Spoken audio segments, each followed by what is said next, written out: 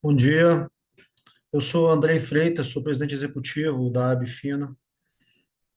Meu agradecimento a todos vocês que vão estar conosco hoje para debatermos algumas questões que são muito importantes para os setores farmacêutico e farmacêutico no Brasil.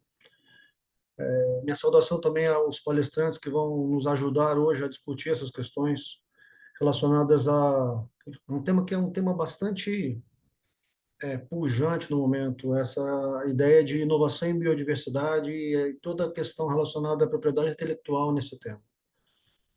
Para falar sobre isso, eu queria convidar Ana Cláudia Oliveira, que é especialista da Bifina nesse tema e nos temas relacionados, para dar início a esse evento. Um bom evento para todos nós. A gente vai conversando ao longo dessa manhã e vamos caminhando. Obrigado. Ana, a palavra está com você. Bom dia, pessoal, tudo bom? Bem-vindos aqui. Eu vou marcar aqui, vou compartilhar minha tela, e a gente já começa.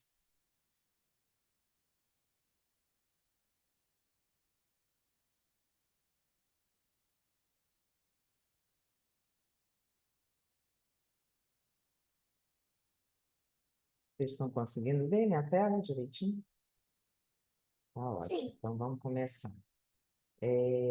Bom, hoje a gente vai apresentar o estudo sobre patentes de medicamentos com ativos da biodiversidade, que foi um cenário que a gente fez das patentes de medicamentos com ativos tanto da biodiversidade brasileira quanto exótica.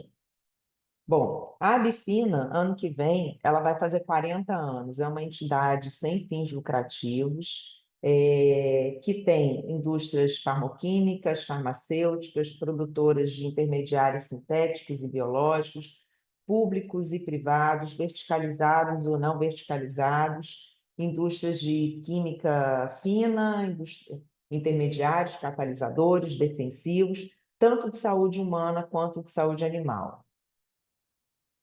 Bom, essas aqui são as nossas atuais associadas. E a Abfina, ela entende que inovação e acesso, eles vão caminhar juntos. Então, a entidade defende o sistema de propriedade intelectual que estimule a inovação, garanta o acesso à saúde e, ao mesmo tempo, consiga proteger esses ativos de uma forma legal, né, de uma forma com responsabilidade tanto legal quanto ambiental, e a nossa meta é promover a produção local, né, a soberania e o desenvolvimento.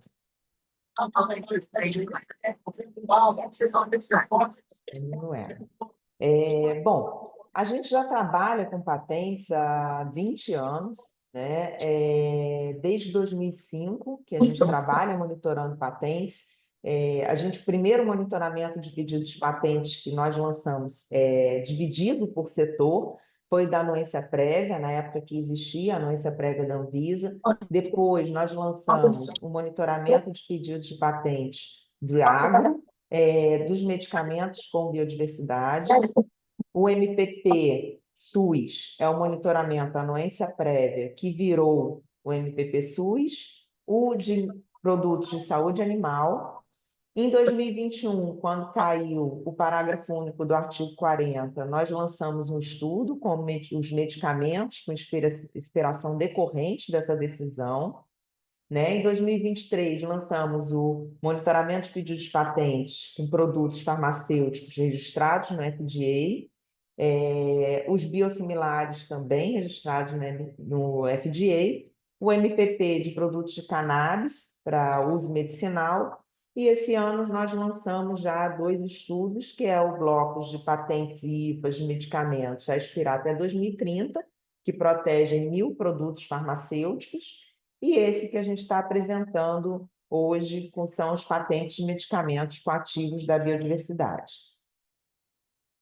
Bom, esses são, então, os 7 monitoramentos atuais da Abfina, que estão disponíveis no site, exclusivo para associados. E aí, por isso, nós, de vez em quando, fazemos o webinar, fazemos algumas reuniões, algumas palestras, mostrando essas estatísticas desses monitoramentos, né, que interessam tanto para lançamento de inovações quanto para monitoramento do mercado. Bom, então, atualmente são mais de 20, já estamos chegando nos 20 mil patentes monitoradas, e essas patentes elas são analisadas, são atualizadas semanalmente, né? E como que a gente vê a patente, né? A gente vê a importância do uso da informação patentária para pesquisa, para desenvolvimento e para ser utilizado também para o governo, né? Para a gente conseguir implementar no Brasil uma política de Estado, né, e não uma política de governo que muda a cada 4 anos. Então, a gente vê que, estrategicamente, analisar essas informações patentárias por setor, e essa informação ser utilizada pelo governo, a gente facilita a tomada de decisões para acesso à saúde, decisões de internalização, né? Então, como que a gente vê isso? Na pesquisa, a patente ela pode ser utilizada para proteger, óbvio, né? Para proteger um ativo, uma pesquisa, mas também para conhecer o que existe sobre aquela tecnologia, para ver os avanços tecnológicos naquele setor, para fomentar parcerias entre empresas, entre instituições de pesquisa, para gerar inovação e para compartilhar recursos, né? Quando a gente pensa em desenvolvimento, a patente vai estar envolvida no aumento de portfólio, aumentando as opções terapêuticas, né? O investimento e o direcionamento dessas pesquisas, o aumento de produção local para redução da dependência externa, para encontrar novas rotas tecnológicas, sem infringir patentes de terceiros. A gente pode olhar em termos de mercado, monitorar a concorrência, né? Conhecer o que está acontecendo no mercado, analisar as tendências das indústrias. Isso ajuda a agilizar a tomada de decisões internas, ajuda a encontrar parcerias, tanto para compartilhar recursos quanto para reduzir os riscos, né? E para o governo ele precisa conhecer essas tecnologias que estão chegando no mercado, porque são eles que regulamentam a área sanitária, né, e o registro desses produtos. Então, ele tem que conhecer o que está protegido pela propriedade intelectual e como está protegido, justamente para decidir, né, com segurança, né, internalizar um medicamento no SUS com segurança, conhecer todas as patentes que protegem determinado produto, né? E essas são informações estratégicas que só vão estar nesses documentos de patentes. Então, muitas vezes o governo só recebe as informações dos titulares das patentes e quando é solicitado aos titulares. E muitas vezes eles não têm o conhecimento de todo o arcabouço dos ativos tecnológicos que estão protegidos e de que forma estão protegidos. Então, o conhecimento dessa informação patentária, desses dados, facilita, né, a tomada de decisão para a formação de políticas públicas baseadas em informação. Bom, e foi pensando nisso que a gente pensou nesse estudo de patentes de medicamentos com ativos da biodiversidade. Esse estudo ele faz parte das ações estratégicas da Abifina, que é para promover a inovação, a proteção, a produção local, a redução da dependência externa e, no caso específico, né, de medicamentos com ativos da biodiversidade, ajudar na formulação de políticas públicas, complexo econômico industrial da saúde, e também para fortalecer essa cadeia produtiva de insumos, né, da biodiversidade. Bom, esse estudo, ele foi selecionado entre os 16 casos que posicionam a bioeconomia como pilar estratégico. Ele entrou no livro da CNI para a COP30, né, junto com outras 15 empresas, grandes empresas. Então, aqui está um pouco a análise que eles colocam no livro, né, que a ferramenta contribui diretamente para a bioeconomia, né, e para a resiliência da saúde. Ela é feita toda aqui internamente na Abifina, promove inovação, mapeia informação, tanto para promover o desenvolvimento da cadeia produtiva da biodiversidade nativa, quanto saber o que a gente pode cultivar, né, em termos de espécies exóticas, o que dá certo o cultivo aqui no Brasil, e como que isso está regulamentado, como isso está atrelado também ao cadastro, né, no banco no sistema de gestão de patrimônio genético, o SIGEN, né? Então, isso daqui ele é atualizado semanalmente, e foram encontrados cerca de 1.600, são 1.600 e poucas patentes de medicamentos com ativos de biodiversidade. Eles utilizam cerca de 1.300 espécies, né? Mais ou menos umas 400 indicações terapêuticas. Todas essas patentes foram lidas justamente para identificar quais os depositantes, quais as espécies utilizadas, indicações, o centro de origem dessa espécie, justamente para saber se ela é realmente nativa ou não, se o requerente do pedido de patente enviou a declaração de acesso ao patrimônio genético, né? Qual a situação legal dessa patente aqui no Brasil, qual o país depositante e o escopo de proteção, ou seja, o que realmente está protegido ou está em vias de ser protegido aqui no Brasil, né? A maioria, vocês vão ver, é de anti-inflamatórios, cicatrizantes, antineoplásicos, né? Então, a gente consegue olhar. E essa base, ela foi feita, esse estudo ele é baseado no monitoramento da Bifina, que é esse MPP Biodiversidade, que a gente chama de MPP-Bi, né? E ele é atualizado semanalmente. Então, todos os dados que vocês vão ver foram atualizados na semana passada, porque hoje, né, saiu a publicação de uma nova RPI, eu ainda não atualizei, então todos os dados que vocês vão ver estão de acordo com as RPIs até semana passada. A RPI é a Revista de Propriedade Intelectual, que ela é publicada pelo INPI toda terça-feira. Então, todas as bases elas são atualizadas e semanalmente, né? E essas atualizações são enviadas aos sócios.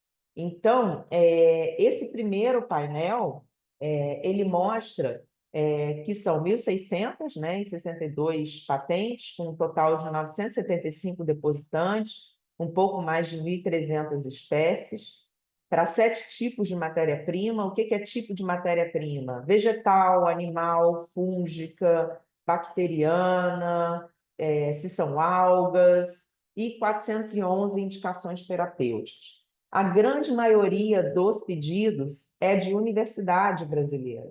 E isso é muito interessante, porque a gente vê como a academia produz pesquisas de qualidade, que são muito interessantes, e como isso está sendo registrado, como isso está sendo depositado e protegido por patente aqui no Brasil. Então, quem lida com patentes dessa área sabe que a gente não pode proteger seres vivos e partes dos mesmos.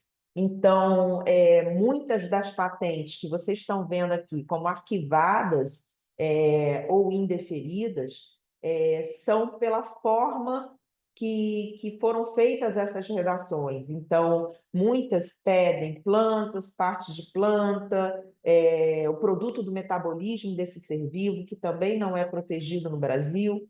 Então, muitas dessas patentes que estão arquivadas e indeferidas, ocorreu esse arquivamento e indeferimento pela matéria não ser patenteável ou pelo NIT depositar o pedido de patente conforme enviado, sem se atentar para os tipos de reivindicações com matérias biológicas que são aceitas no Brasil.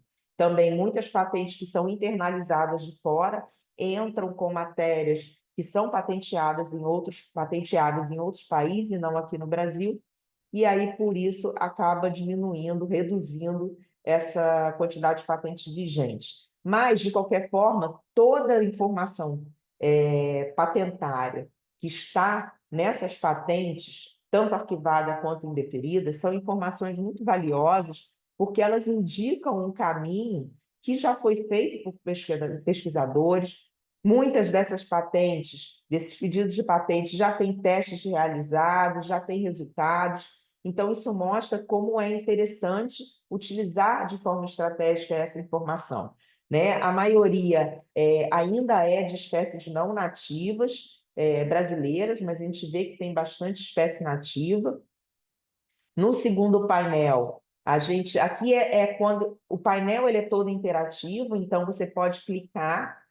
Aqui nesse caso, a gente clicou na declaração positiva de acesso, então aí já mostra quem são as instituições que enviaram a declaração já positiva de acesso ao patrimônio genético, né? Mas você vê como já cai um pouco, né? De 1.600 para 332 patentes.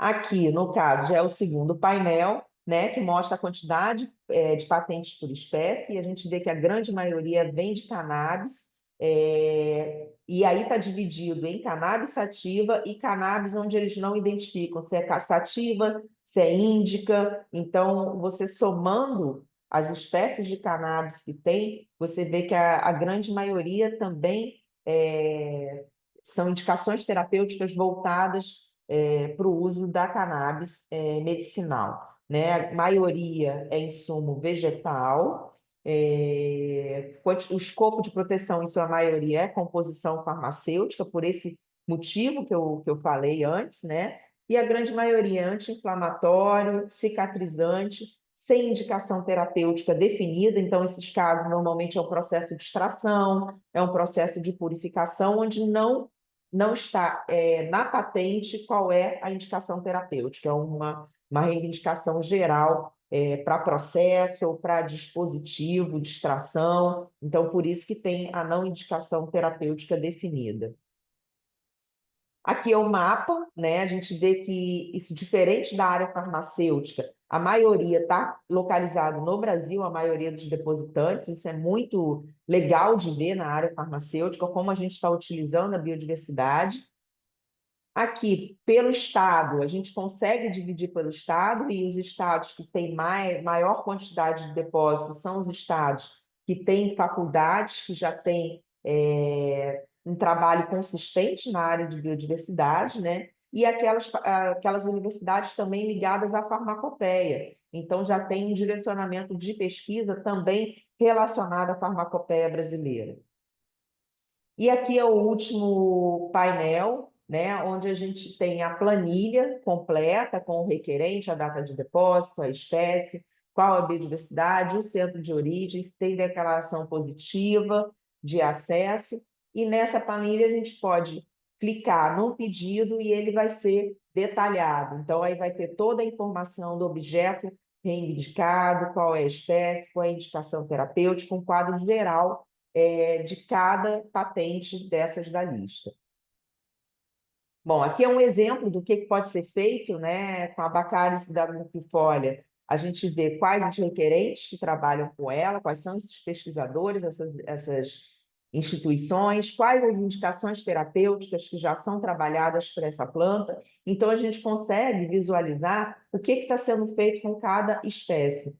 Então, aqui é o outro também, o caju, né, da gente, quais são os requerentes que estão utilizando. Então, a gente vê instituições brasileiras, japonesas, americanas, e quais as indicações terapêuticas que protegem, que estão sendo protegidas ou trabalhadas, né, para a anacardium ocidentária.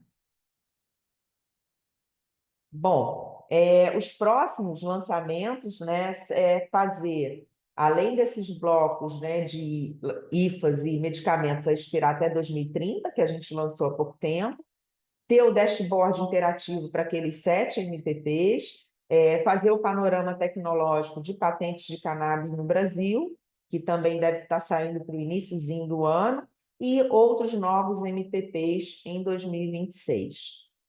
Bom, é isso. Quis estourar meu tempo. Muito obrigada, gente. Eu vou ficar ligada aqui no chat para a gente debater depois. Tati, com você. Ou com o Andrei. Obrigado, Ana. Eu queria só chamar a atenção para uma questão muito importante. Todos esses estudos que a Bifina desenvolve, que a Ana tem coordenado, eles não tratam de nenhuma informação nova. Essa informação ela está disponível em diferentes fontes por aí. O grande mérito dos estudos que a Bifina desenvolve é sistematizar isso e facilitar o uso. Acho que essa é a grande questão. A grande possibilidade que ao organizar toda essa informação dispersa em diversas fontes, numa base única, que com uma facilidade de acesso grande, é poder direcionar essa informação para usos muito bem definidos, para definição, para construção de políticas públicas, para estratégia empresarial relacionada a esses produtos, para pesquisa acadêmica, para possibilidades diversas, inclusive para aprimoramento desse conjunto de procedimentos relacionados à proteção das patentes relativas a esses produtos, para que a gente não cometa o equívoco de fazer um esforço todo de pesquisa e não conseguir proteger essa pesquisa de forma adequada. Então, assim, todo esse esforço da Bifina e a disponibilidade dessa informação para utilização pela sociedade tem esse interesse de tornar esse ambiente mais palatável para todo mundo, para acadêmicos, para setor produtivo, para o governo, para que essa informação ela possa de fato resultar em uso melhor, mais aprimorado da biodiversidade brasileira, aprimoramento dos produtos que a gente tem disponíveis, maior acesso da população a diferentes alternativas para questões de saúde diversas. A Ana indicou, tem centenas de indicações terapêuticas sendo estudadas e sendo identificadas como possíveis a partir dessa biodiversidade. Então, e também para servir de estímulo para novas pesquisas, para servir de estímulo para novos empreendimentos relacionados a ele. Tá? Tatiana, agora é com você. Assim, Tatiana é diretora na Bifina. Ela é, talvez, hoje uma das grandes especialistas que a gente tem quando está falando de usos diversos da biodiversidade brasileira, de maneira a gerar produtos para atender a questões de saúde, para oferecer à população brasileira acesso e possibilidades diversas. Tatiana, a bola está com você. Bom dia a todos. Eu sou Tatiana, como o Andrei já me apresentou, sou diretora de Biodiversidade e Sustentabilidade aqui na Bifina e sou gerente de de assuntos regulatórios e relações governamentais no Grupo Centroflora. Para mim é uma honra esse convite, agradeço a você, Andrei, e a toda a equipe da Bifina, para um evento tão importante e pertinente como esse, né? Ser mediadora desse painel que traz o link entre os agentes quando a gente pensa em academia, setor produtivo, órgãos de fomento. Então, é um assunto muito pertinente.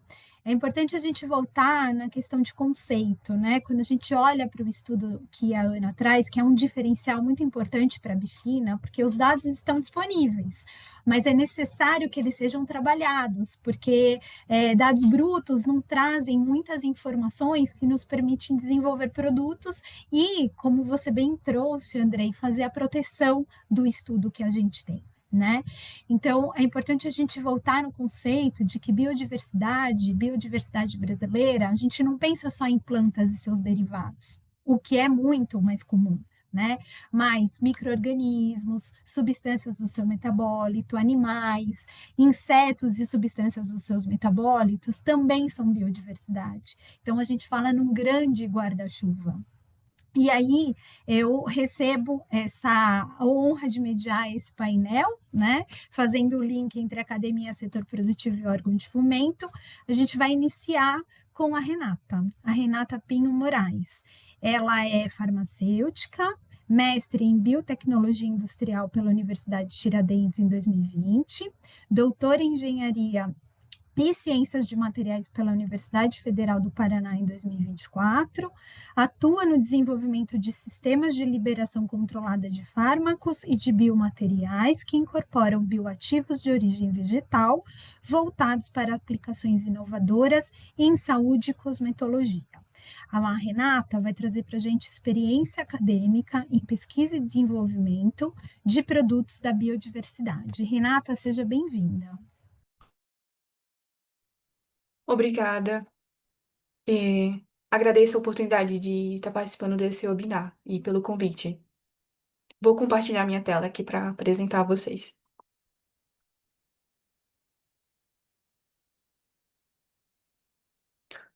Conseguem visualizar? Ainda não. Agora sim, Renata. Então, primeiramente gostaria de agradecer novamente pela oportunidade de participar à Bifina e falarei um pouco sobre a minha experiência acadêmica em pesquisa e desenvolvimento de produtos da biodiversidade. Primeiramente, né, gostaria de me apresentar. Eu sou farmacêutica, meu nome é Renata Pio Moraes e também sou mestre em biotecnologia industrial e doutora em engenharia em ciência dos materiais. Irei falar um pouco sobre a minha trajetória em pesquisa e desenvolvimento de produtos da biodiversidade, mas primeiro gostaria de falar como tudo começou, né? O meu primeiro contato com as plantas medicinais da biodiversidade. Esse primeiro contato veio através do meu pai. Ele é agricultor e tem grande conhecimento sobre plantas medicinais da biodiversidade, especialmente da região da Caatinga. E foi ele que me inspirou a, no futuro, realizar uma graduação em farmácia. E dentro dessa graduação em farmácia, eu tive a oportunidade de também trabalhar com pesquisa, de conhecer a pesquisa pela primeira vez e realizar iniciação científica. E dentro da iniciação científica, eu trabalhei com dois projetos envolvendo biodiversidade. O primeiro deles foi trabalhando com a própolis vermelha, especificamente a isoflavona dele, que é extraída dele, a formonetina, para o desenvolvimento de nanomateriais direcionados à lesão medular. Um outro projeto que eu participei também relacionado à biodiversidade foi trabalhar com extratos de genipapo para a criação de tintura capilar. E esses projetos eles foram orientados na época da minha iniciação científica pela professora Juliana Cordeiro. Já no doutorado, eu acabei escolhendo uma outra planta, o barbatimão. O barbatimão, ele é nativo do Cerrado brasileiro, mas ele pode ser encontrado em outras regiões geográficas do Brasil. E o estudo que me inspirou a criar essa tecnologia foi o estudo clínico de Vicente e colaboradores de 2009, onde eles observaram que após a aplicação de um creme contendo 6% do extrato da casca do barbatimão, houve o suprimento de crescimento e diminuição do número de pelos terminais em 60,98%, além de reduzir a hiperpigmentação da pele e foliculite acne nas mulheres que participaram do estudo. Como podemos ver aqui nas imagens que foram retiradas do estudo, essa paciente apresentando, antes do tratamento, um excesso de pelos terminais na região do queixo e do pescoço, e depois do tratamento com o extrato do barbatimão, havendo essa redução no crescimento de pelos. E os autores, eles atribuíram essas atividades à presença dos taninos no extrato do barbatimão, podendo inibir a enzima 5-alfa-redutase. No entanto, a pele, né, ela apresenta uma barreira, que é a sua primeira camada, o extrato córneo. Ela dificulta a passagem das substâncias ativas através da pele, e isso diminui a biodisponibilidade dos ativos na pele e dentro também do folículo piloso. E uma forma de aumentar essa biodisponibilidade dos ativos é através do encapsulamento. Além disso, os taninos presentes no extrato do barbatimão, eles são sensíveis à luz, à temperatura e à oxidação. E também uma forma de proteger e de aumentar a estabilidade desse extrato é também do encapsulamento. O encapsulamento ele permite tanto aumentar a estabilidade dos conteúdos do conteúdo encapsulado e também aumentar a penetração e permeação desses ativos dentro da pele e dentro do folículo piloso. E dentre os sistemas que podem ser usados para encapsulamento estão as partículas de estímulo responsivas. Elas mudam a sua estrutura, composição e conformação em uma resposta a um estímulo, seja um estímulo físico, químico ou biológico, permitindo então um controle temporal e espacial da liberação da carga terapêutica, favorecendo então uma liberação sob demanda, ou seja, uma liberação em resposta a um estímulo. No caso desse trabalho, né, foi escolhido o estímulo pH, levando em consideração que dentro da pele, dentro do folículo piloso, há um gradiente de pH, sendo que na superfície da pele é um pH um pouco mais ácido, de cerca de 5,4, e na região mais interna do folículo piloso, esse pH é um pH de 7,4. E a ideia desse projeto foi desenvolver uma formulação tópica, contendo essas nanopartículas encapsulando o extrato do babatimão. Após a aplicação dessa formulação tópica contendo as partículas, né, essas partículas elas iriam entrar dentro do folículo piloso, se acumular dentro dele, e lá dentro do folículo piloso, essas partículas elas iam responder ao estímulo do pH, só liberando o extrato no pH 7,4, que é o pH da região mais interna do folículo, onde as células, né, estão presentes, as células que fazem o crescimento do cabelo. E após essa liberação, esse extrato ele poderia exercer a sua ação, inibindo então a enzima 5-alfa-redutase.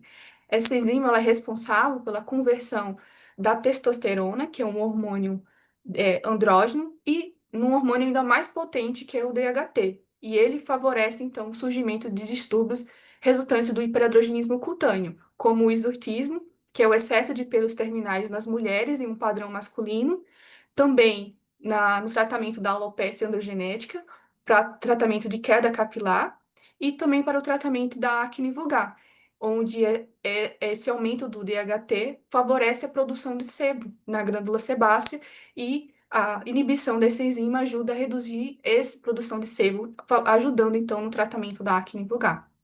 No entanto, as terapias farmacológicas para esses distúrbios, que são aprovadas, elas apresentam efeitos colaterais graves. Por exemplo, a finasterida, ele é um teratógeno, podendo causar má formação fetal nas mulheres grávidas que o administram, e também nos homens eles podem causar infertilidade. Outro exemplo é a isotretinoína, que é um fármaco voltado para o tratamento da acne vulgar, que também é um teratógeno. E diante dessas limitações, né, há a necessidade e a demanda de novas modalidades de tratamento desses distúrbios que possam oferecer, então, uma maior eficácia e também a redução dos efeitos colaterais. E como resultado dessa pesquisa desenvolvida por mim na Universidade Federal do Paraná, foi obtido, então, 4 tipos de partículas estímulos responsivas ao pH. Duas delas contendo sílica, a quitosana e o extrato do barbatimão encapsulado, e mais duas contendo sílica, o alginato de sódio e o extrato também encapsulado.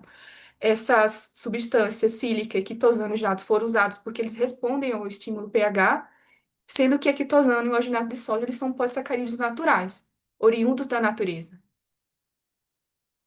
E como resultado da liberação desse extrato, a partir das partículas, né, foi observado que a liberação maior realmente ocorreu no pH 7,4, que é o pH da região mais interna do folículo piloso, e a liberação no pH da superfície da pele foi uma liberação mínima.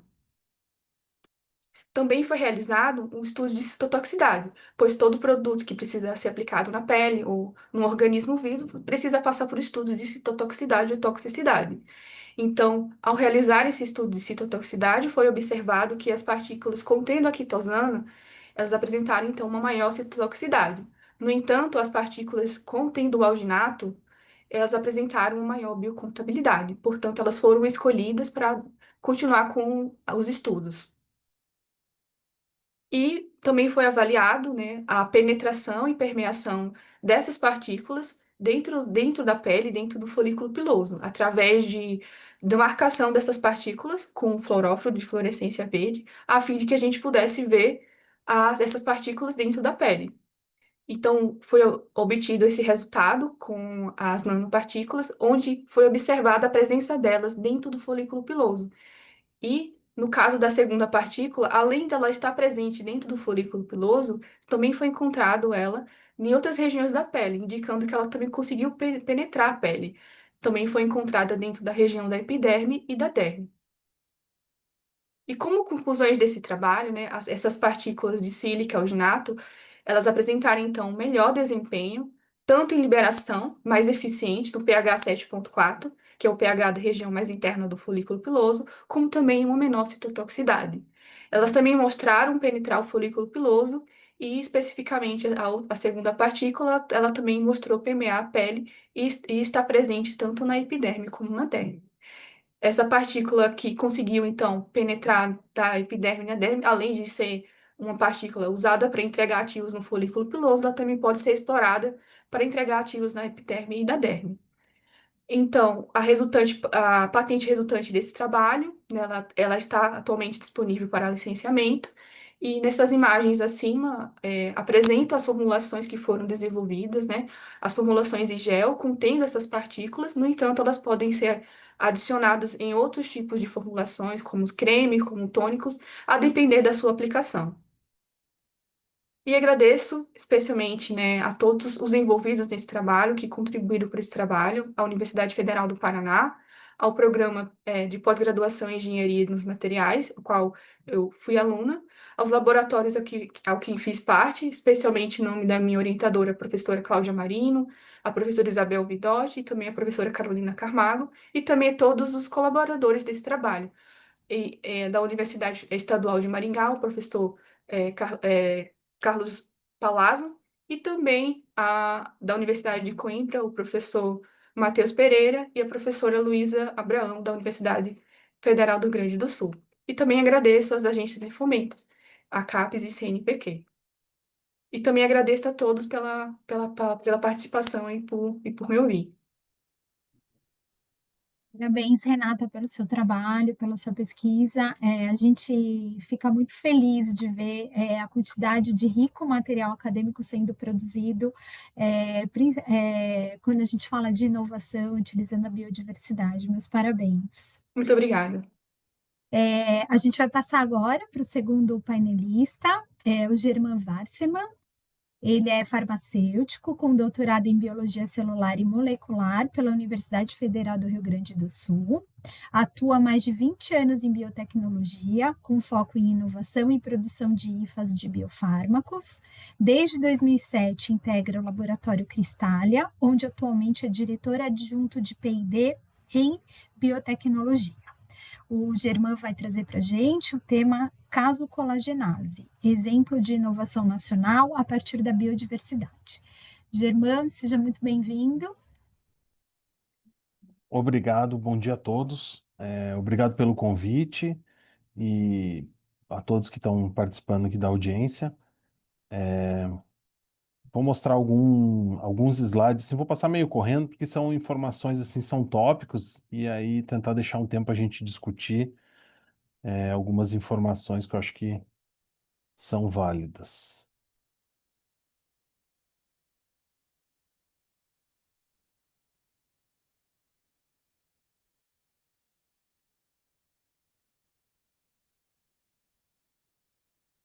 Já está compartilhando a tela cheia? Sim. Nossa, fica aparecendo um monte de coisa aqui. Eu não estou muito acostumado com o Zoom, então vamos lá. Contar um pouco para vocês do caso da colagenase, né, que foi uma demanda que surgiu aqui depois da gente, assim, junto com a implementação aqui do Centro de Biotecnologia aqui no Cristália. Primeiro contar um pouquinho do Cristália.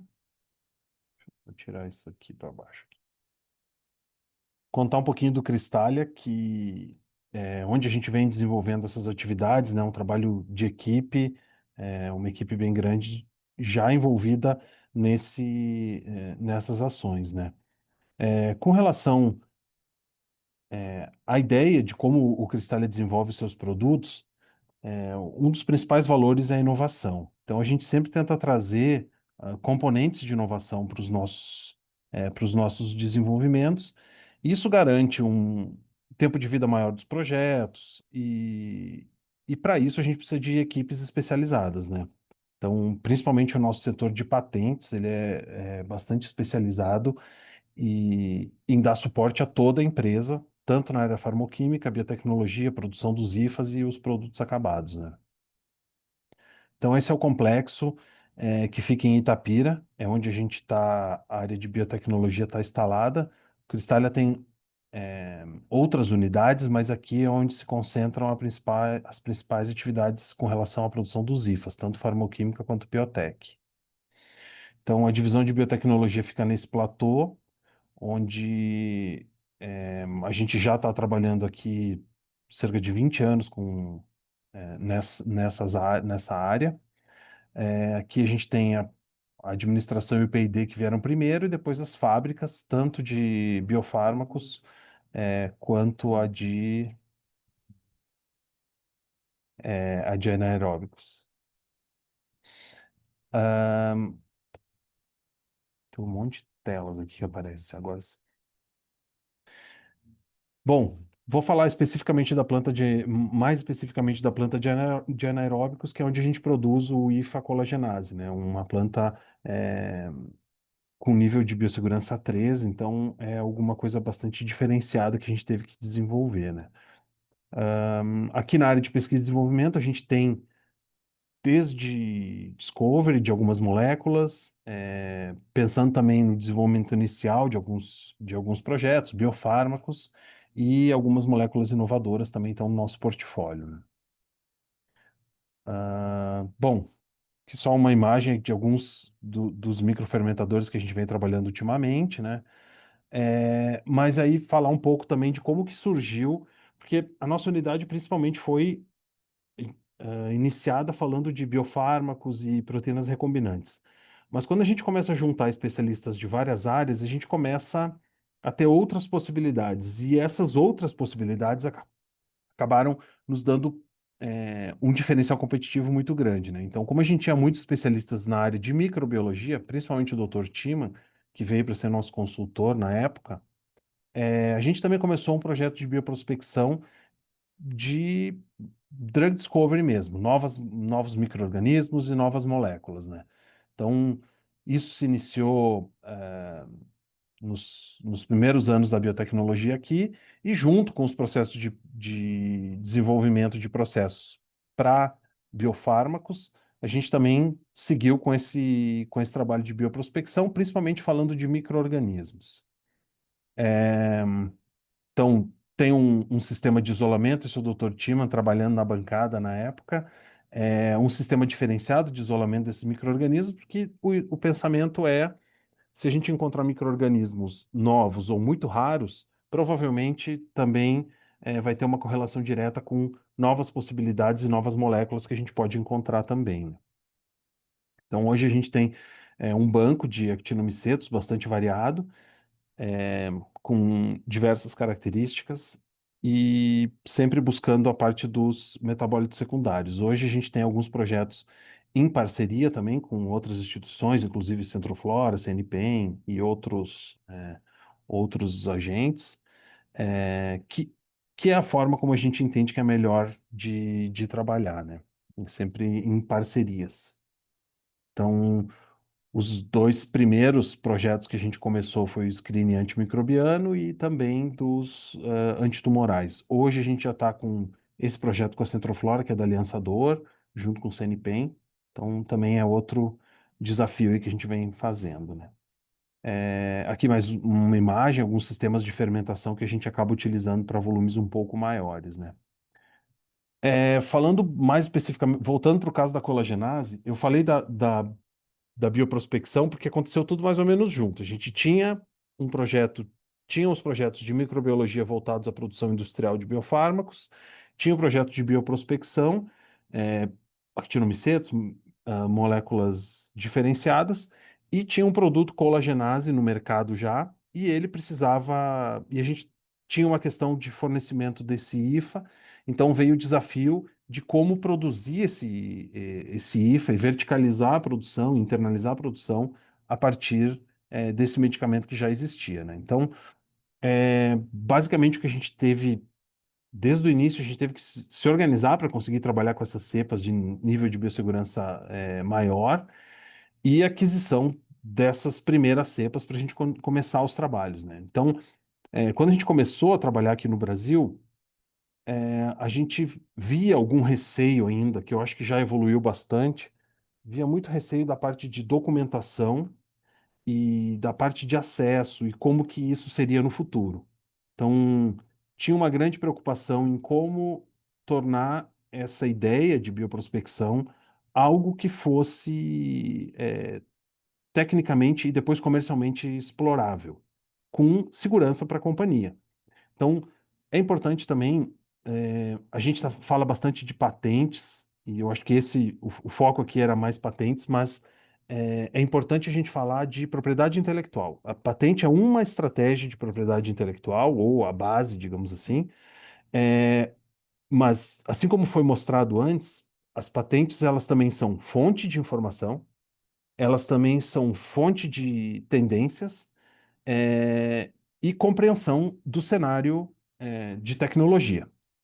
Então, a gente usa patentes tanto como estratégia de proteção, da propriedade intelectual, como base de informação para as nossas decisões. Então, isso é muito importante, por isso que é importante ter uma estrutura na empresa, que dê suporte na área de patentes e de propriedade intelectual.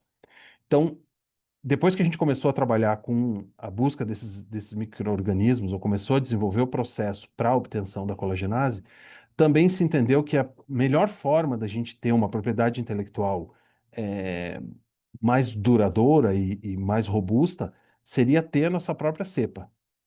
Então, daí a gente começou todo o processo para legalizar esse processo de coleta e também estruturar o processo de coleta já pela norma, para que isso, no final, a gente conseguisse ter uma exploração comercial de forma consistente, né? Então, quando começa certo, é muito mais fácil de ter um resultado final melhor.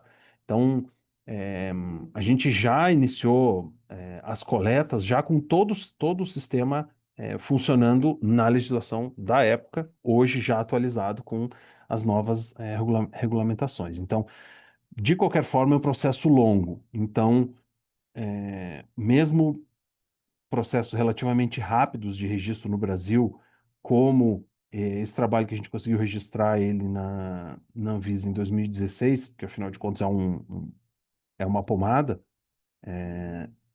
mesmo assim ele demora bastante tempo e precisa de um grau de investimento muito alto.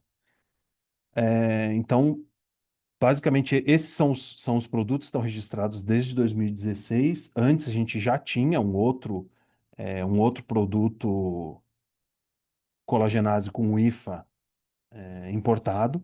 Então, foi mudar essa origem do IFA e também agregar pontos de segurança que para nós eram muito importantes. Então, a gente fez, a partir deste primeiro produto, que a gente teve que fazer toda a mudança de identidade visual para deixar muito claro para o paciente que estava substituindo o produto. Então, o que a gente tem a partir de uma consolidação dessa produção do IFA. Então, a gente tem esse novo produto que teve um grande trabalho, principalmente teórico e de laboratório, para conseguir chegar nessa cepa de propriedade da empresa. Então, e depois a gente teve a comparação da cepa, a referência de produção com a nossa, para conseguir mostrar que tinha essa viabilidade comercial.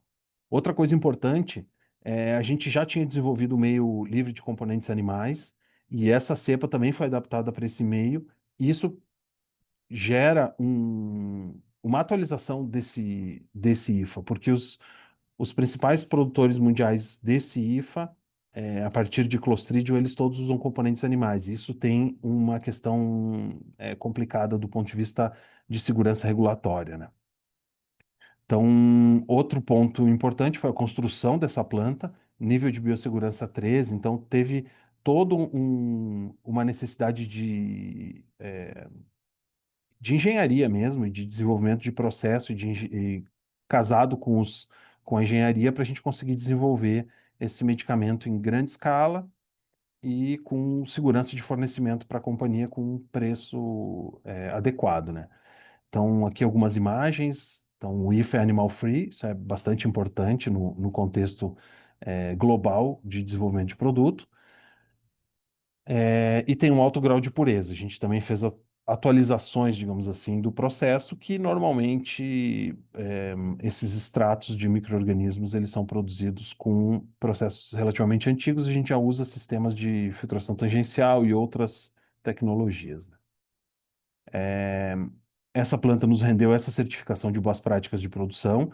Então, A Anvisa acompanhou, importante isso, que a Anvisa acompanhe esses processos. Então, o projeto da planta foi discutido com a Anvisa antes da construção, durante a construção, todas as instituições envolvidas, tanto do meio ambiente quanto segurança, todos foram envolvidos para a construção de uma fábrica que ia ter rejeitos, possivelmente poderia ter rejeitos perigosos. Então, como que a gente faria esse tratamento? Então, envolvemos todas as certificações e os órgãos competentes, né? Então, aí tem a patente nos Estados Unidos, que foi concedida em agosto de 2017. Ela foi, lembrando, para processo, né? E aqui a gente entende que tem um, uma estratégia de proteção. Então, a cepa é nossa propriedade, única aqui, guardada com a gente em outros lugares para garantir que não vai perder. E a estratégia de patente para processo relacionado, né? Então, tem também a continuation nos Estados Unidos, a patente europeia também, e a do Brasil, que foi a primeira, né? Foi pedido em 2013 e concedido em 2020. Então, assim, acabou sendo o último país a conceder, mas primeiro a colocar, né? E acho que é isso. Depois a gente abre para perguntas, eu imagino, no final. A ideia era só mostrar o panorama e aí alguns desafios que a gente passou aí. Muito obrigado. Obrigada, Germã. Muito bom ver esse trabalho e vem ao encontro do que a gente discute muito, que é a independência brasileira de IFA, né? Quando a gente faz a internalização disso, é exatamente o movimento que tão importante para o país, né? Muito obrigada, viu, pela sua apresentação. Agora a gente vai passar para a Adriana, né? Adriana Batalha. Ela é graduada em Engenharia Elétrica de Produção e mestre em Finanças pela PUC-Rio. Atua há mais de 15 anos na FINEP, onde é gerente do Departamento de Saúde e Qualidade de Vida da Diretoria de Inovação. Possui ampla experiência em instrumentos de fomento, a pesquisa e desenvolvimento tecnológico. A Adriana traz para a gente o tema A Visão do Governo sobre o apoio a iniciativas de pesquisa e desenvolvimento que valorizam os recursos da biodiversidade nacional. Adriana, seja bem-vinda. Obrigada. Bom dia a todos. Então, é uma grande satisfação estar aqui nesse painel. Antes de mais nada, eu gostaria de agradecer a organização do evento pelo convite, parabenizar a Ana Cláudia pelo estudo, além de cumprimentar os demais colegas. Tentando aí não ser muito repetitiva, mas trouxe assim uma primeira fala que é um pouco mais do mesmo, que vocês já conhecem muito bem, falar um pouco de inovação em biodiversidade no Brasil. Como qualquer outra inovação, apresenta desafios, oportunidades, mas também avanços, né?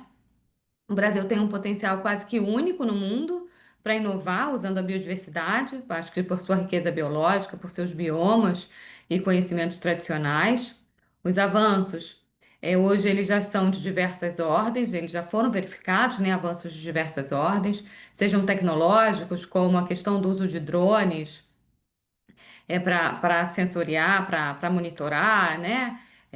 A própria plataforma Inova Fito Brasil, que tem o objetivo de fomentar a inovação com base em biodiversidade, projetos de genômica de espécies de interesse para conservação, e bioeconomia.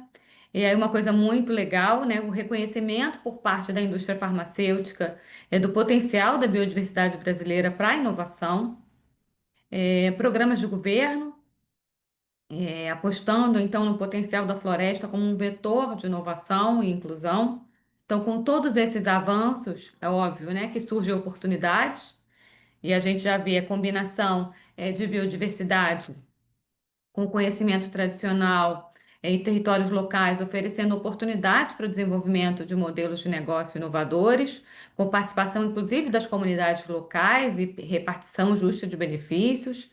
A adoção de bioinsumos em substituição aos insumos químicos, né, aliado a práticas agrícolas regenerativas, que valorizam o ecossistema e a biodiversidade. Mas para que todas essas oportunidades se realizem plenamente, alguns obstáculos importantes precisaram e ainda precisam ser superados, como estrutura regulatória, desenvolvimento da cadeia de valor, conservação dessa biodiversidade e o último, mas não menos importante, que é a questão de funding. E aí, então, justamente começa a minha fala, né? O que vocês têm de interesse no que eu vou falar. É aí justamente onde a FINEP se faz presente. Então, ao longo de seus 58 anos de existência, a FINEP atua em toda a cadeia de inovação, com foco em ações estratégicas, estruturantes e de impacto para o desenvolvimento sustentável do Brasil. Ela atua através de seus diversos instrumentos, então a gente tem instrumentos não reembolsáveis para ICTs, não reembolsáveis para a empresa, sempre pegando projetos com TRL mais baixo, de maior risco de sucesso, mas também temos crédito, seja direto ou indireto, né, dependendo do porte da empresa, investimentos em startups e fundos de venture capital, ou seja, tentando é, estar presente em toda a cadeia de desenvolvimento, da pesquisa básica a colocação da inovação no mercado. Eu trouxe aqui para compartilhar com vocês um pouco dos números de 2024, que é um ano que já está fechado.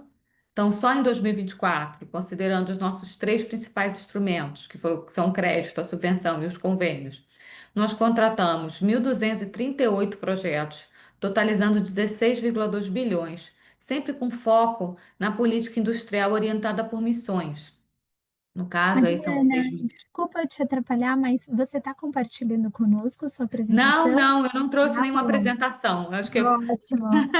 eu tô só Sempre no gogó. ótimo. Sem Teve uma problema. dúvida, inclusive, aqui no chat sobre uma possível apresentação. Eu achei melhor Ai, questioná-la. Não, eu pode não seguir, desculpa. trouxe, mas depois, qualquer coisa, eu posso Não, pode compartilhar um seguir. pouco dos números, mas não trouxe. Tá bom. Então, foram então, né, 16,2 bilhões, sempre com foco na política orientada por missões, e aí eu trouxe embora sejam 6 missões, e a FINEP opera setorialmente em todas elas, eu trouxe só duas, né, que é o caso da missão 2, que é o Complexo Econômico Industrial da Saúde, que é especificamente na área onde eu atuo, e aí, por conta da temática do painel, trouxe um pouco também da missão 5, que é a missão relacionada à biodiversidade, né? Que é uma missão que tem uma transversalidade, tá? E a gente na saúde, então, pôde ter contato, especialmente com uma das metas, que é o aumento do uso tecnológico e sustentável da biodiversidade pela indústria. Tá? Essa foi uma das metas que acabou, então, repercutindo na gente na área de saúde.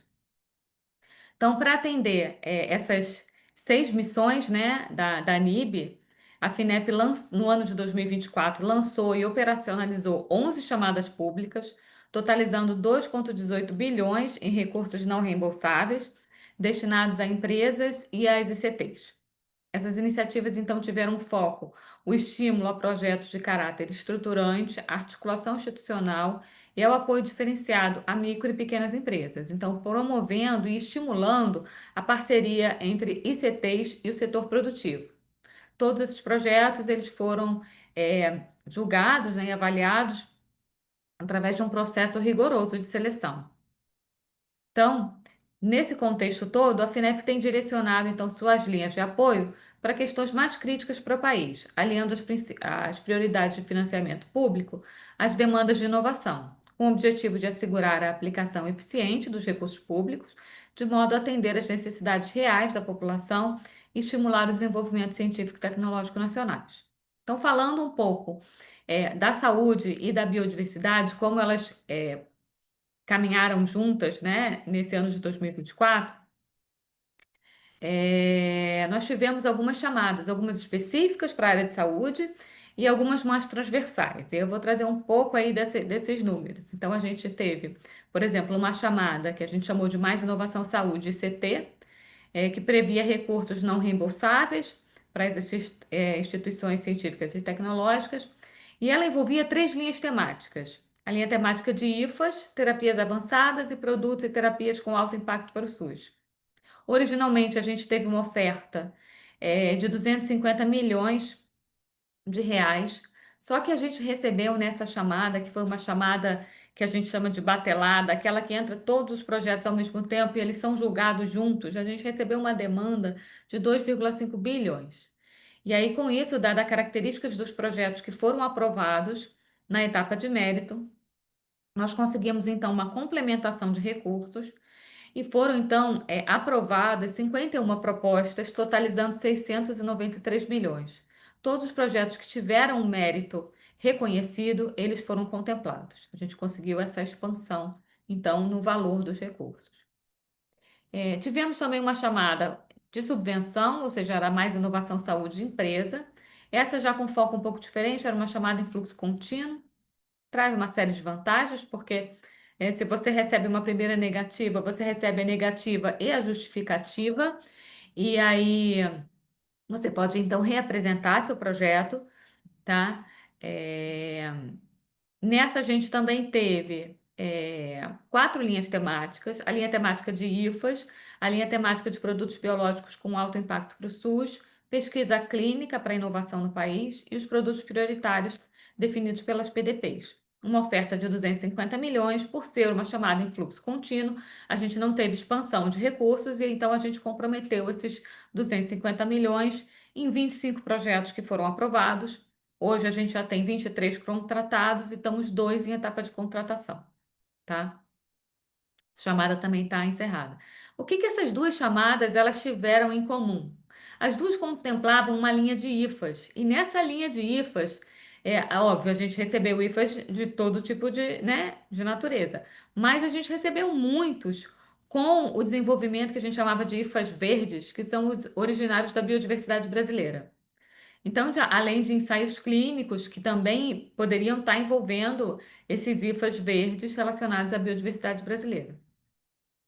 Foram então apoiados projetos voltados também a doenças raras, negligenciadas e terapias avançadas, e muitos deles usavam, como a própria Ana trouxe aí no estudo dela, produtos originados da biodiversidade para tratamentos dos mais diversos.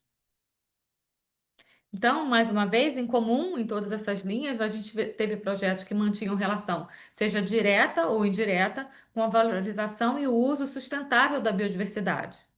A visão não se limita à conservação passiva, mas ao uso da biodiversidade como base para a cadeia produtiva, biotecnologia, bioinsumos, cosméticos, fármacos, alimentos, novos materiais e muitos outros. Além dessas duas chamadas, que eram chamadas que foram operacionalizadas pela minha área, então eu consigo mais propriedade para falar delas. A gente teve uma chamada que eu acho que guarda muita relação com o que já foi falado aqui, foi a chamada de propriedade intelectual. Era uma chamada que não era coordenada pela nossa área, mas por ser uma chamada transversal, ela envolvia projetos dos diversos setores, e é óbvio, o setor de saúde foi um setor que bombou nessa chamada de propriedade intelectual.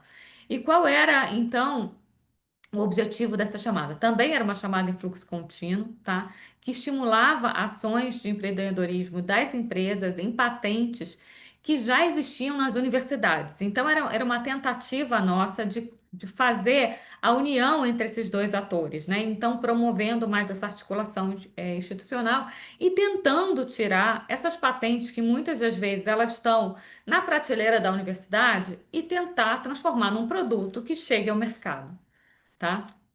Então, nesse perfil de projeto, né, a gente observou. Então, deixa eu só trazer um pouco de números dessas chamadas.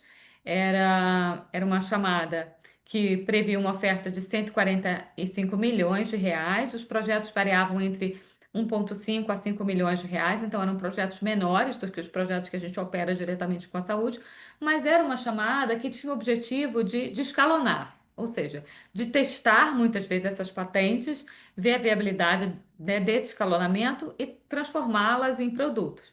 E aí, eu trouxe um exemplo, tá? Mas a gente verificou muitos casos. Eu trouxe um exemplo mais antigo, mas ontem mesmo, porque essa chamada ainda está em curso, né? Eu estava lendo a análise de um projeto que usava o caju para uma pomada medicinal.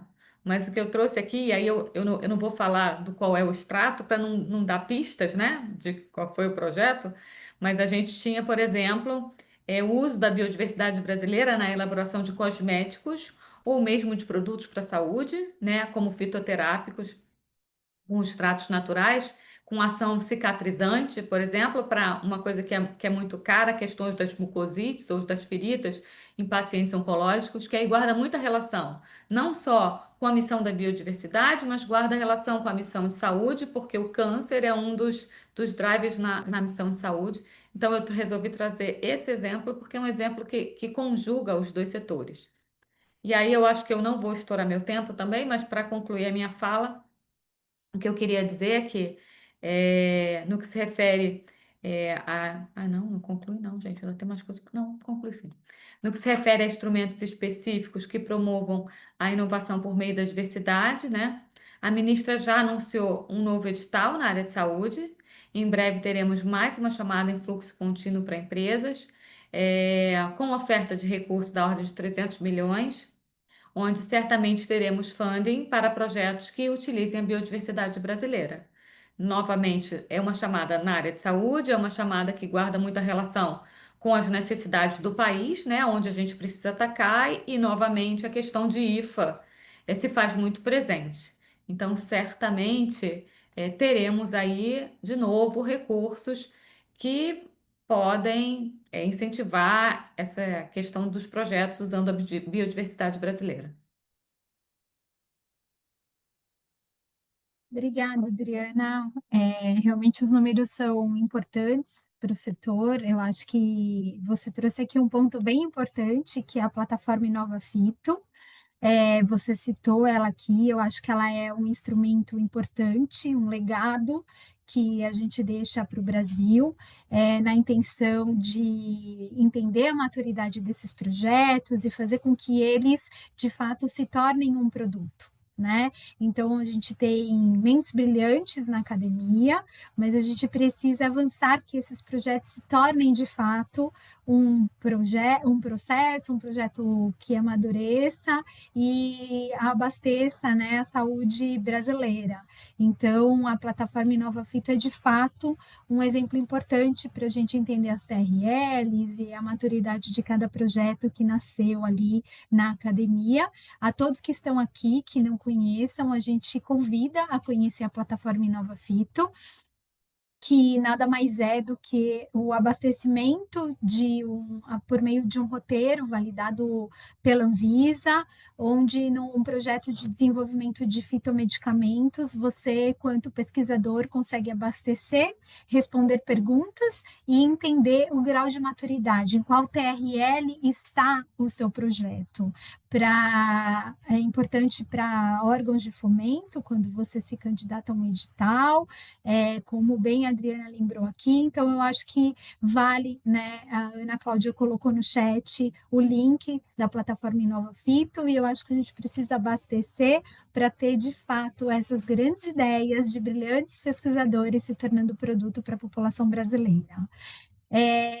Entendo que o nosso painel foi muito rico, né? Apresentado pontos importantes da academia, da Renata, do German, da Adriana. E eu gostaria de saber se a gente tem algum questionamento no chat. A Lu está fazendo a gestão disso para a gente.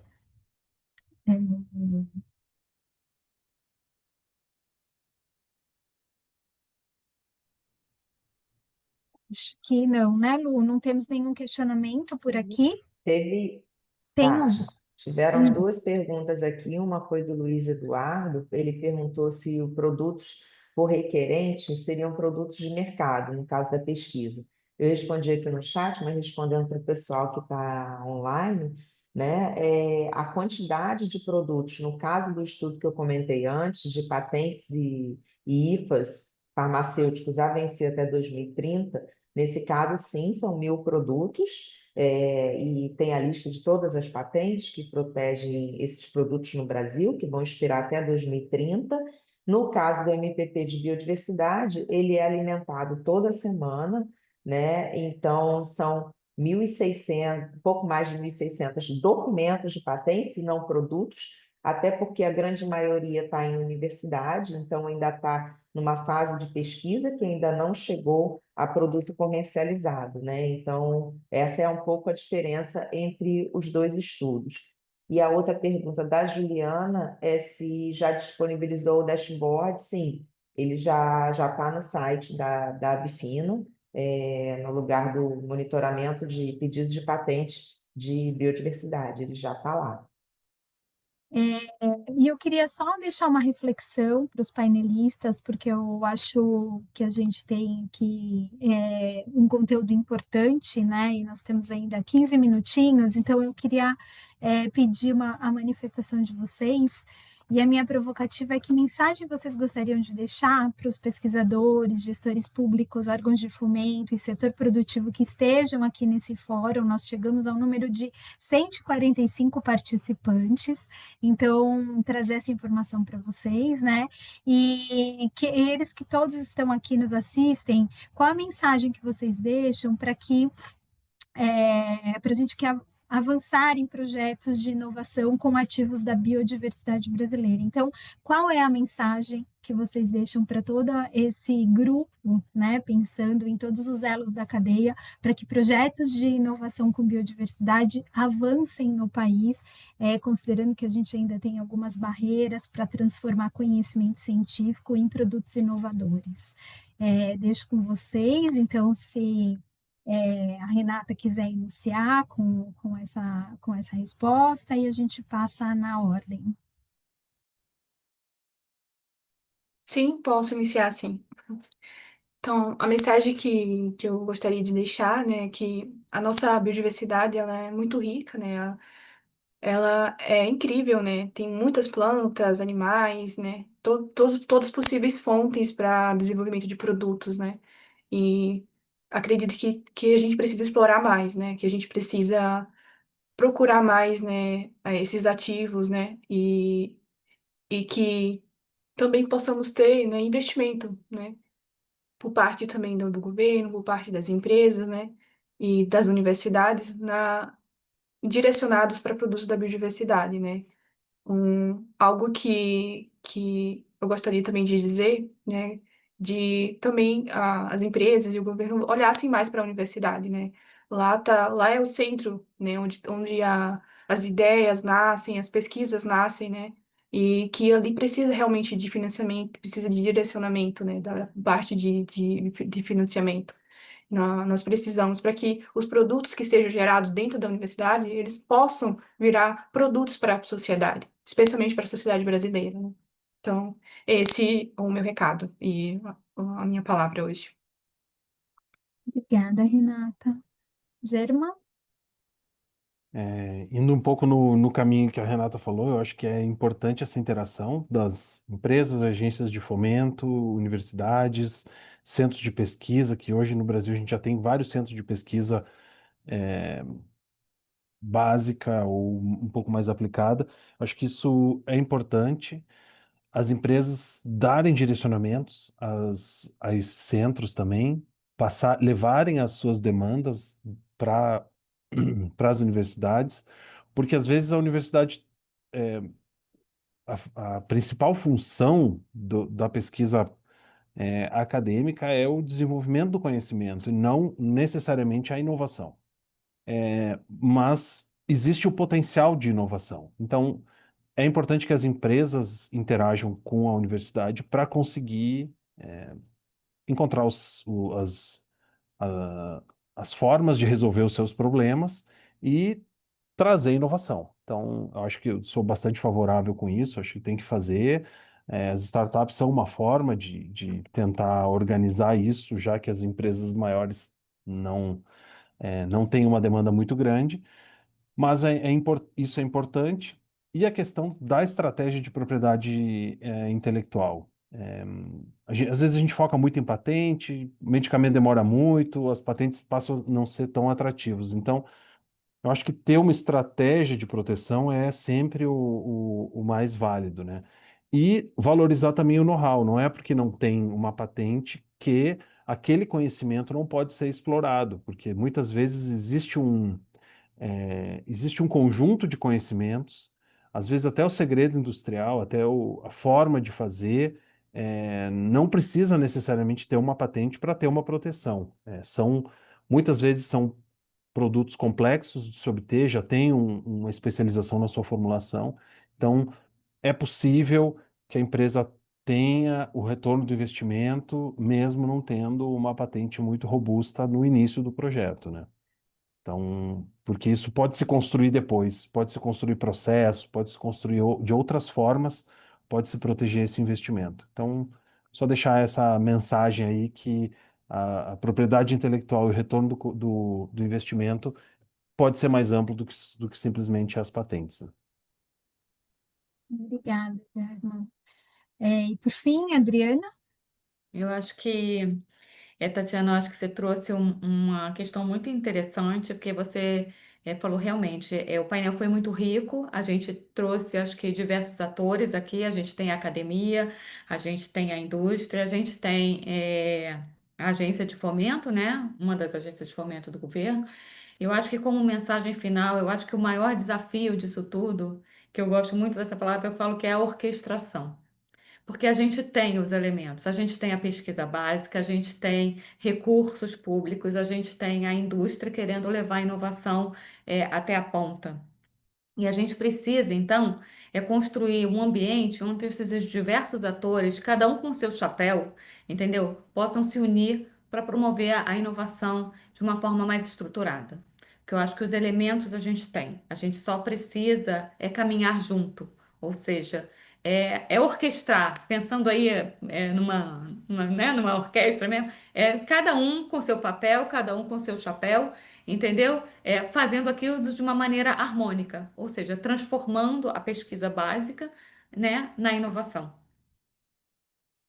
Isso mesmo, Adriana, é a construção da ponte dos agentes, que eu costumo dizer sempre, eu acho que ela é muito importante, né? O fortalecimento de todas as pontes entre esses principais atores.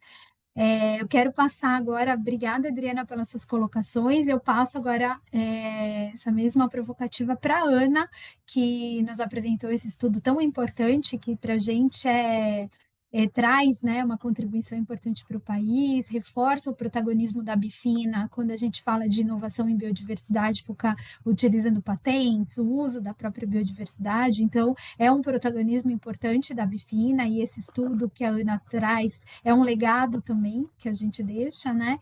Então, passo para você, Ana, também, qual é a provocativa que você deixa? Bom, obrigada, gente. Eu acho que é bem isso. A gente mostrou aqui hoje que a gente tem potencial, né? Até comentaram aqui, né? O Mauro Costa comentou no chat. Nós somos um país que a gente tem muito potencial. Nós somos o país mais mega biodiverso do planeta, né? Já mostramos que a gente tem know-how para trabalhar com biodiversidade. É só olhar a gente no ranking, né, de artigos científicos na área. Agora, também com depósito de documentos de patentes, isso só em medicamentos. Se você olhar cosmético, isso também extrapola. Se você olhar suplemento, também extrapola. Então, assim, a gente está mostrando que no setor farmacêutico, quando a gente fala de biodiversidade, os brasileiros estão lá na frente, né? Além disso, a gente tem uma lei que está sendo utilizada como exemplo para outros países, que é a Lei de Biodiversidade, que protege não só a biodiversidade brasileira, como o conhecimento tradicional associado. Isso está sendo utilizado como uma lei exemplar para o resto do mundo. Vários outros países estão copiando a estrutura da nossa lei. Muita gente ainda reclama da lei, né, da gente, mas se você for olhar outras legislações de proteção à biodiversidade, conhecimento tradicional, a gente vê que a nossa é uma legislação que dá para entender e que dá para se adequar. Lógico, sempre vão ter questões envolvidas, né? Principalmente quando a gente fala de pesquisa, mas a gente tem que ter isso como uma oportunidade, tanto para gerar pesquisa como para gerar desenvolvimento.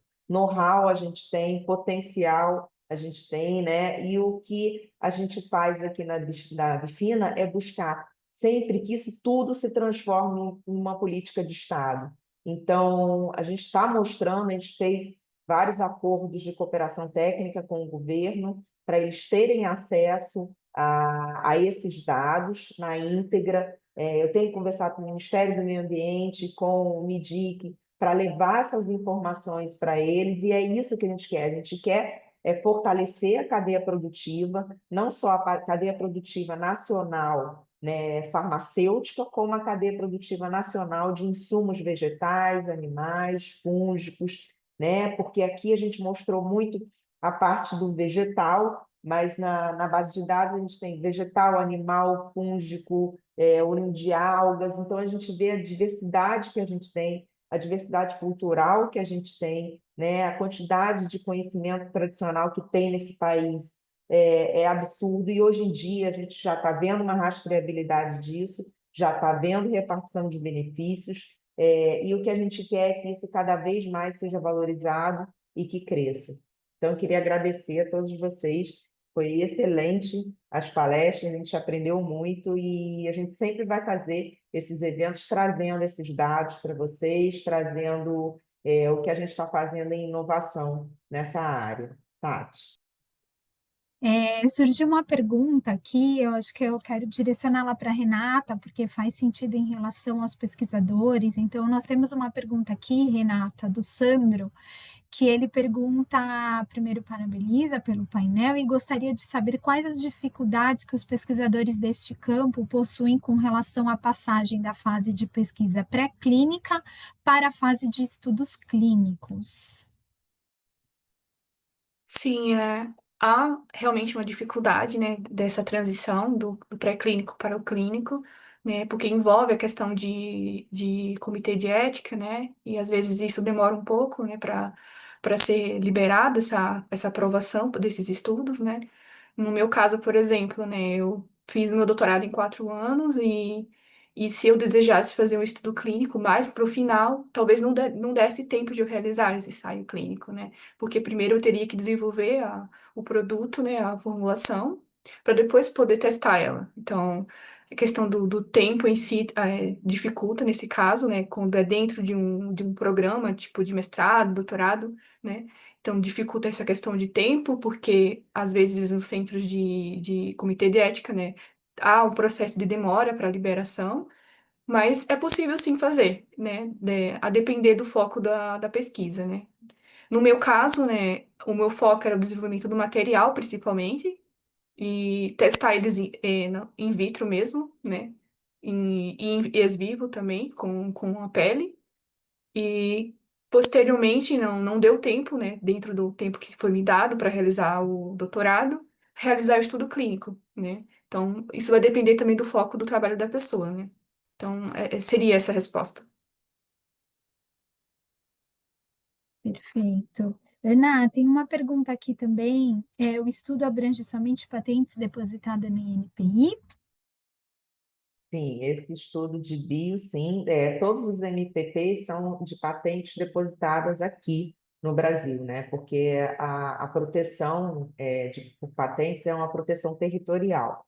Então, aqui no Brasil, as patentes depositadas no Brasil é o que a gente monitora, com exceção dos dois MPPs que são relacionados ao FDA, que aí a gente tem todas as patentes norte-americanas e todas as patentes brasileiras correspondentes, né? Então, nesse caso, como é um trabalho feito pegando todas as patentes, tanto as patentes norte-americanas quanto as brasileiras estão nos dashboards, né? Mas os outros são patentes depositadas aqui no Brasil. Aí eu queria aproveitar, Tati, fazer um convite para quem estiver aqui no Rio amanhã, quinta e sexta. Na sexta a gente vai ter um painel sobre biodiversidade na FISWeek, né, que vai ser aqui no Rio de Janeiro. Então, quem não tiver inscrição ainda, a gente tem algumas inscrições com a Bifina 100, o código para conseguir fazer a inscrição gratuita. Então, se vocês quiserem, o nosso painel vai ser logo depois do almoço, acho que é 1h30, lá na FISWeek, aqui no centro do Rio, ali do lado da prefeitura. E obrigada, Tati. Imagina, obrigada a você, Ana. Mais uma vez agradeço a todos os painelistas, toda a estrutura da Bifina que fez esse evento tão importante, pertinente acontecer. É sempre importante falar de inovação em biodiversidade. Eu passo a palavra para o Andrei para a gente fazer essa finalização. Eu posso agradecer, em nome da Bifina, em nome da equipe técnica da Bifina, a participação de vocês que contribuíram com o debate, Tatiana, Adriana, Renata, Germa, obrigado realmente pelas ideias, pelas diversas questões que vocês trouxeram, que ajudam a gente a pensar sobre o tema. Obrigado a todos que nos assistiram, que contribuíram, tiveram não só a presença aqui, mas também que contribuíram com as perguntas que foram apresentadas. A Bifina reafirma esse compromisso de estar sempre pronta para o debate, sempre construindo argumentos, ideias que possam ajudar o Brasil, o setor farmacêutico, o setor farmoquímico, a academia a crescerem juntos, a gente trabalhando juntos. O objetivo final todo é garantir que a população brasileira tenha acesso a produtos e serviços de saúde de qualidade. Esse é o objetivo todo, tudo que a gente faz. Então, enquanto pudermos trabalhar juntos, enquanto pudermos contribuir nesse sentido, nós estamos à disposição, certo? Qualquer dúvida, qualquer interesse específico em relação aos estudos que a Bifina desenvolve nesse tema, a gente está à disposição. Os canais da Bifina estão sempre abertos para contatos, para aproximação, para parcerias, estamos à disposição. Eu só posso agradecer e boa semana para todos. A gente vai continuar nos vendo. Estamos quase no final do ano, mas ainda há muito para fazer nesse ano, então estamos juntos. Vamos juntos. Bom dia e uma boa semana para todos. Obrigado. Obrigada. Bom dia, pessoal.